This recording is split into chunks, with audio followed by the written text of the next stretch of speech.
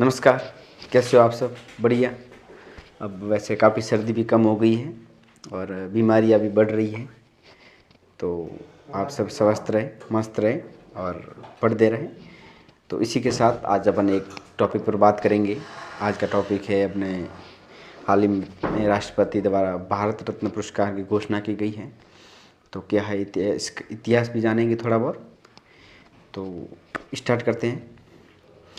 भारत रत्न पुरस्कार है वो भारतीय गणराज्य का सर्वोच्च नागरिक पुरस्कार है और इसकी शुरुआत है जो 1951 में तत्कालीन राष्ट्रपति डॉक्टर राजेंद्र प्रसाद के द्वारा की गई थी।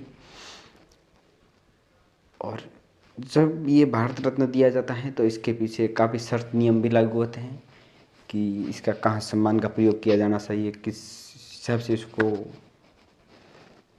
महत्व दिया जाता है, तो इसका सब ध्यान रखा जाता है। तो और इस ये है वो कला, विज्ञान, साहित्य और समाज सेवा क्षेत्र में प्रदान किया जाता है।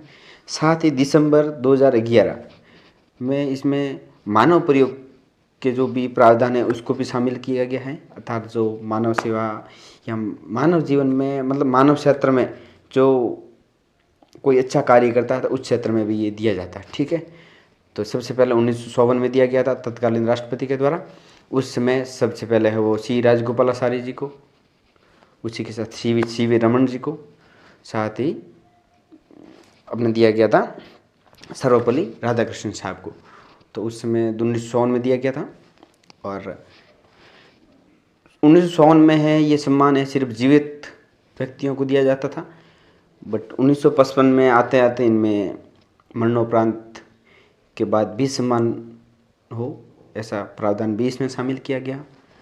और 2019 में ये पुरस्कार है वो प्रणब मुखर्जी को और हजारिका जी को, साथ ही साथ नानाजी देशमुख को दिया गया था।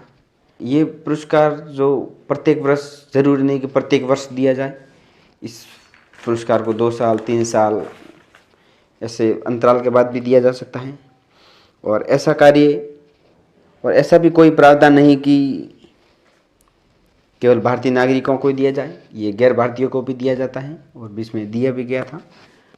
और इसकी पुरस्कार की सिफारिश है वो प्रधानमंत्री द्वारा की जाती है राष्ट्रपति को।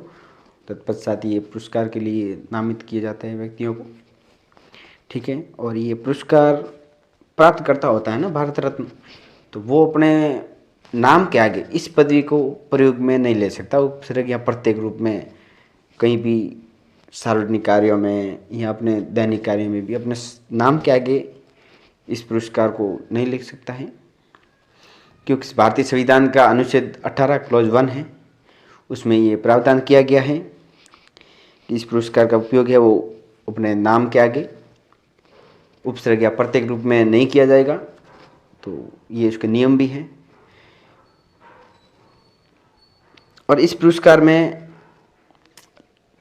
एक प्रमाण पत्र दिया जाता है प्राप्तकर्ता को और उसके साथ ही एक पदक प्रदान किया जाता है।